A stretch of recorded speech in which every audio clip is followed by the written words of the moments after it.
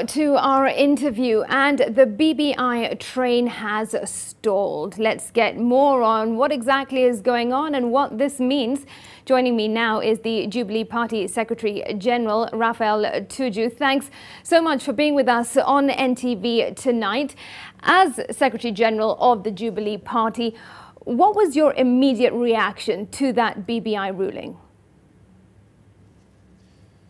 Well, in some respects disappointing, but also in some respects I think it is an exhibition of the maturity of our democracy, that we can have a situation in which the courts can make their ruling.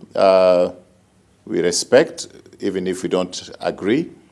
And then fortunately in this country we do have the possibility that we can appeal. So there are still two levels that we can deal with, where we can have the Court of Appeal to deal with it, or the Supreme Court deal with it, and of course the Court of Kenyan Opinion. All right, now the Court of Public Opinion, rather. All right, President Uhuru Kenyatta had been very vocal as one of the main proponents in pushing for the support of the BBI, but since that ruling, we haven't heard from him. Why not? And when are we likely to, or when is he likely to break his silence? Well, the president is the president of the whole country, and it's wise that he should listen to legal advice from his legal advisors before he talks about this, because when it comes to the courts, we have to navigate very carefully. But the judges who ruled on this matter and even insinuated that the president has no say on this matter, I would call it selective reading of our Constitution. Because in Article 10 of the Constitution, the president has the responsibility for national unity. That is his responsibility. And he has to work towards ensuring national unity. And I like to say, for example, that, this judicial activism has led to civil wars in other countries. And one of the countries where judicial activism of this type led to civil war is the United States of America. What is famously known as the ruling of, I think, Dred Scott versus Sandford. Those judges thought that they knew better than the statesmen who had brought some kind of agreement between the North and the South.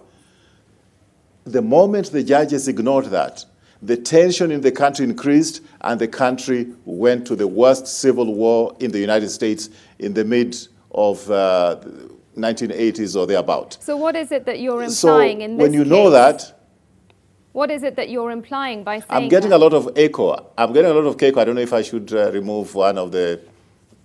All right, you can try... One of the earpieces. You can try do that, and as you do that, I'll just repeat my question. By giving us that example of judicial activism in the US, what are you implying in the Kenyan context?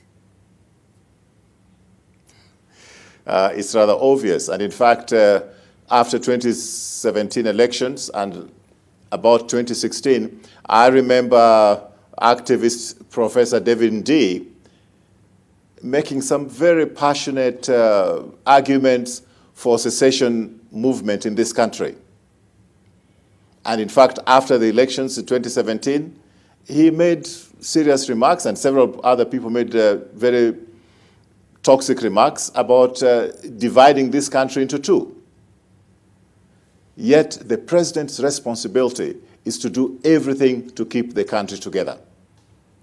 All right, just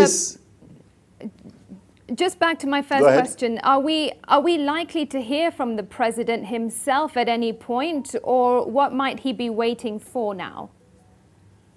I don't speak for him, as you know. All right. Well, perhaps he has shared with you, but you're unable to share with us now. On the issue of judicial activism, of course, the judgment on the BBI was a landmark ruling that has far-reaching political ramifications and implementations, but we have lately seen a major tug-of-war and push and pull and disagreements between the judiciary and President Uhuru Kenyatta. Do you see this as a case of the judiciary hitting back at the president? Do you read malice into this ruling? If you consider some of the things that were said during the ruling, it's a bit worrying. I mean, when I refer to the judges as honorable judges, and if I face judges at any time, as I've faced before, I refer to them as my lords. They were not courteous to the president. All right, but they had valid concerns, and therefore they made this judgment. So is it a matter of basing this on the law or basing this on being courteous to President Uhuru Kenyatta?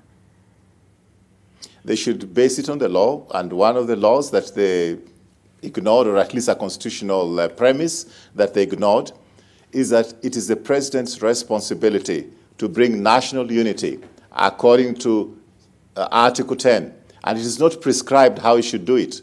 So whether he does it by running across the country, or he does it through BBI, or he does it through any other actions of reconciliation across the political divide, it is his singular most important responsibility as president to keep this country together, and especially after we have the history of 2007 post-election violence.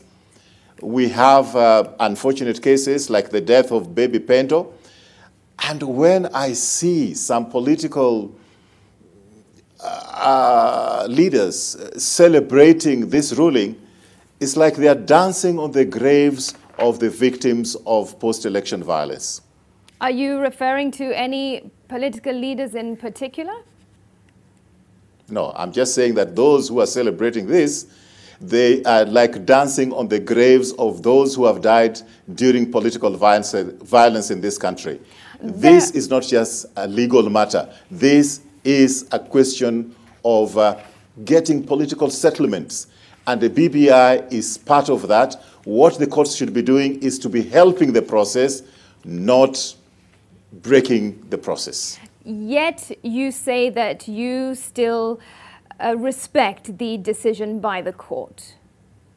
Of course, we have to respect the decision of the court, but we cannot afford to fear the court.